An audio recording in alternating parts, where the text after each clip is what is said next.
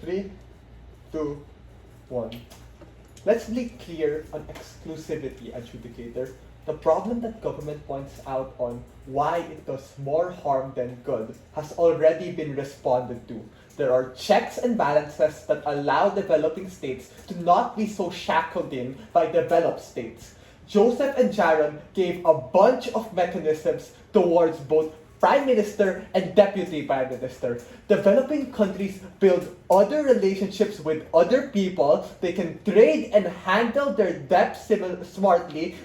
But on the comparative, on when we ask them how they solve the problem of a developing country, on how they actually grow, what's their response? What's the response? Nothing. We have other alternatives. What other alternatives? I know it's not comparing a world with economic liberalism and a world without economic liberalism, but when we respond to the list of harms that side government has put forth, they have a burden to come up with something better in their side, ladies and gentlemen, and just some rebuilding, so they won't be able to gaslight us later on. Firstly, we recognize that the status quo sucks and is imperfect, and the reason we can make things better is because of economic liberalism. Yes, economic liberalism is not perfect, but on our side, we have collaborative and pluralistic way to deal with all the harms they accuse us of. Yes, things surely won't be perfect, and there are growth pains, but there are growth pains, but we have more options and iterations to choose from in our side. This looks like more countries to trade with, more countries to borrow from, more countries to ask help from. The reciprocal tariffs of Donald Trump and of itself shows that attacking globalization and economic liberalism is bad because of how these countries are getting disproportionately affected. Secondly, we put in the legwork to explain to you how economic liberalism through capitalism, meritocracy, and the invisible hand are all self-correcting in nature because of competition and innovation that we push countries to be able to do at the point in which they get growth. A case you get from Joseph purely, and plurality of options, a case you get from Jaron. That uniquely makes the quality of life on average people much better. We enable the IMF and World Bank to step in and redistribute opportunities to those most marginalized and vulnerable. Government at best points at the problem that exists in status quo, but does not say why it does more harm than good, other than showcasing what's going on right now. Thirdly, they don't actually respond to anything in Jaron's extension, guys.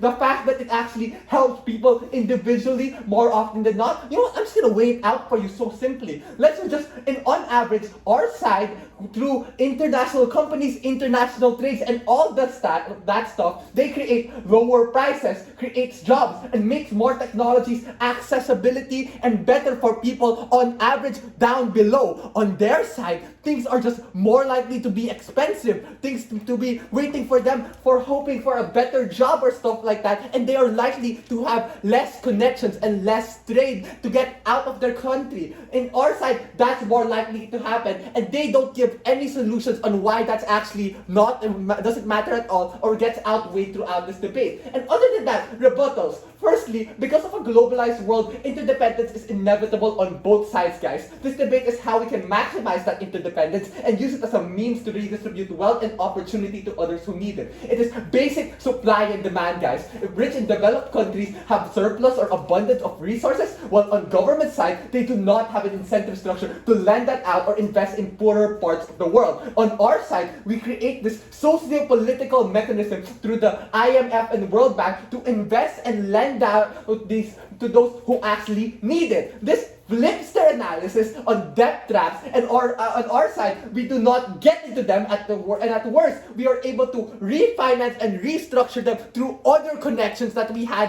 through existing in an interdependent world. Secondly, we create more jobs and opportunities for the urban poor when they have flexibility to migrate, work abroad, and invest overseas. We give them choices to deal with the challenges in society. Protectionism, Trump, yeah, it's bad, yes, but how does the IMF and World Bank respond to that? On our side, as what Joseph told you in the top of his speech, allowing the redistribution of wealth through equitable outcomes and not just allow the US to get away with what they have done. thirdly, on side job, it's just, on side job, if insulin is expensive and you have late stage diabetes, you actually literally die if you're in a third world country. This is because you cannot afford it. On our side, the IMF and World Bank creates incentives for other players like India and Brazil to develop more alternatives to what we see with the advent of proliferation of generic medicine. On their side, the prices stay the same, and we lack the ability to have a wider range of choices.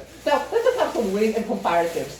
Firstly, I think the debate is mostly focused about this power imbalance is so scary versus development in our side. Government claims that in our side, power imbalance comes from dependencies from these international forces and stuff like that, and they don't explicitly say it, but I think what they're saying is, soft power is going to be happening more likely in their side. I think to mitigate the problems that they're trying to say of economic liberalism, removing a sort of sovereignty within the people, the extent of power these bigger companies have aren't actually that bad. At worst, wait, I'll take your POI before 6. Go.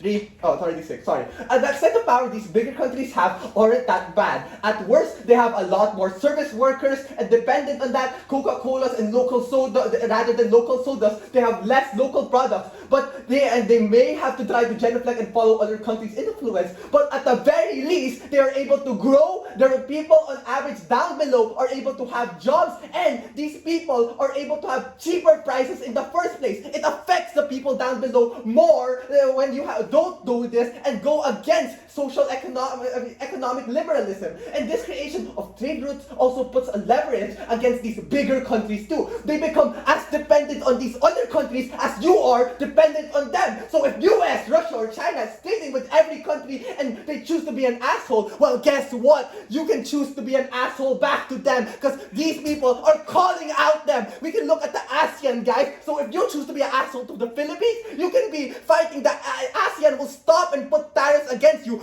diminishing the amount of money you have, and that interdependency puts a call-out mechanism on bigger countries too, which is not in their side, ladies and gentlemen, which makes our side much more better, and we flip that idea of interdependency being bad in our side. Never have I been more proud to oppose this debate. Thank you.